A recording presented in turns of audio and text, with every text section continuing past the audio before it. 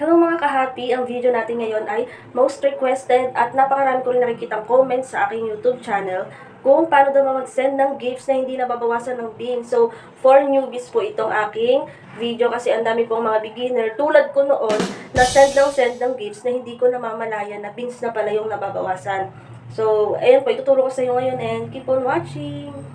First is, pumunta kayo sa inyong Bigo application at pumunta kayo sa me or sa iyong profile. Second account ko nga pala itong gagamitin ko kasi ito yung may laman na Dayas. Yung main account ko kasi is wala. Pero itong second account ko is wala siyang beans. Ayan, 0 beans lang siya kasi ito lang yung ginagamit ko kapag nagbibigay ako ng gifts. Pero yung main ko is ginagamit ko rin naman. So, magre-recharge muna kayo bago kayo makapag send ng gifts. Punta kayo sa wallet and then, eto nga pala guys, huwag niyong gagawin itong inire-recommend ni Bigo na beans exchange to diamonds. So, ipapakita ko lang sa inyo, pero huwag niyong gagawin ito. Maliban na lang kung kaya niyong isakripisyo yung beans niyo. Kasi guys, ang 8 beans na mababawas sa'yo ay 2 Dayas lang or diamonds.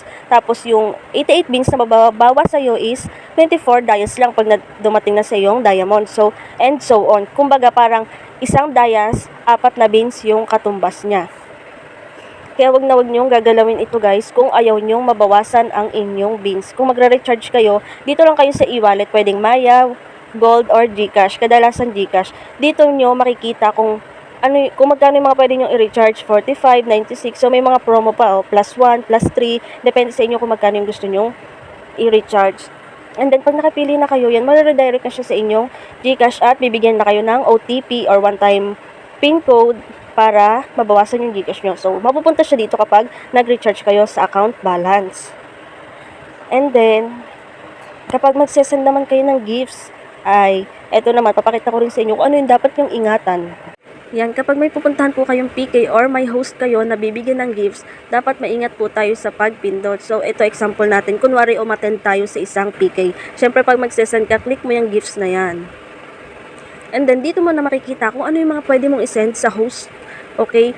Tapos, eto guys, yung sinasabi ko sa inyo na tingnan nyo, dapat Dayas yung nakalagay dyan. Kasi kapag ganyang beans yung nakalagay, beans nyo po yung mababawasan. Kaya i-check nyo muna kung beans ba o Dayas yung nakalagay. At kung beans naman po tulad ng nasa screen, i-click nyo po yung may arrow-arrow na yan para malipat siya sa Dayas. Kasi kapag ganyang beans po, beans nyo po talaga yung mababawasan. Kaya sobrang daming nagko-comment sa akin na bakit daw pag nagsisend sila ng gifts, bakit daw yung beans nila ang nababawasan. So, ayan, i-click nyo po yung arrow and then magiging Dayas na. So, dapat ganyan yung nakalagay guys bago kayo magpipindot dyan, bago kayo mag-send.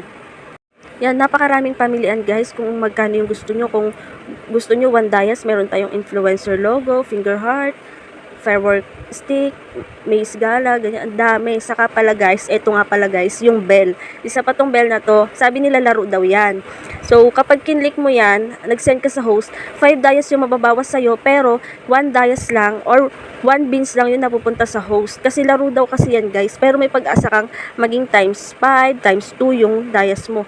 Pero, swertihan lang yun, okay.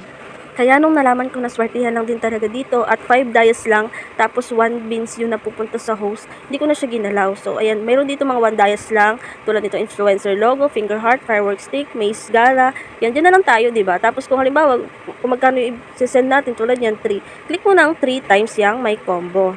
Pero ingat-ingat din guys kasi minsan pag nalolong press natin is nagdadire-diretso talaga siya. So ayan. Ayun guys, ulit-ulitin nyo tong video na to para mas matutunan nyo or makabisado nyo kung paano hindi magalaw yung inyong beans. Yan yung pinaka-importante kapag magsesend tayo kasi naranasan ko yan nung baguhan pa lang ako at marami rin akong kasamahan na nangyari yan sa amin talaga na nagagalaw namin yung beans namin. Which is sobrang sayang kasi 4 beans, 1 Dayas lang, 'di ba? Sobrang sayang talaga siya. Kaya, ayun guys. So, yun lang for today's video. Kung may mga katanungan pa kayo, baka may nakalimutan pa ako dito. Feel free to comment po ng inyong mga tanong. At hanggat kaya ko pong sagutin ay gagawan ko po ng video at sasagutin ko yan. So, ayun lang po. Subscribe and thank you!